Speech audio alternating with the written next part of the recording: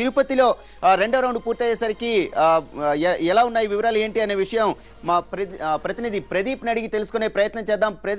ప్రదీప్ చెప్పండి, ప్రస్తుతం తాజా అప్డేట్స్ ఏంటి? వరప్రసాద్, తొలి నుంచి కూడా తిరుపతి విషయంలో మనం అనుకున్నదే జరుగుతుంది. మొదటి నుంచి కూడా కాంగ్రెస్ పార్టీ, వైఎస్ఆర్ కాంగ్రెస్ పార్టీ మధ్య టగ్ ఆఫ్ వార్ నడుస్తుంది అని చెప్పి మొదటి నుంచి కూడా చెప్తున్నాను. అదే సమయంలో ఈ రోజు ఉదయం నుంచి మొదలైన కౌంటింగ్ లో కూడా తొలి రౌండ్ పూర్తయ్యేటప్పటికి కాంగ్రెస్ పార్టీకి 2690 ఓట్లు వచ్చాయి. వైఎస్ఆర్ కాంగ్రెస్ పార్టీకి 2674 ఓట్లు సాధించడం జరిగింది.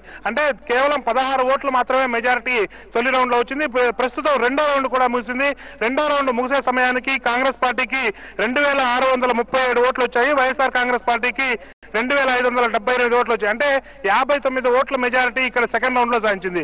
ఓవరాల్ గా చూస్తే ఇప్పటి వరకు ఉన్నటువంటి కౌంటింగ్ సిచ్యువేషన్ అంతా చూస్తే వైఎస్ఆర్ కాంగ్రెస్ పార్టీకి మధ్య తీవ్రమైనటువంటి పోటీ నడుస్తుంది అని చెప్పడానికి ఇప్పుడు వస్తున్నటువంటి ఫలితాలు కనిపిస్తున్నాయి. అయితే ఇంకా 17 రౌండ్లు మిగిలి ఉన్న నేపథ్యంలో ఈ ప్రతి రౌండ్ కూడా విజయాన్ని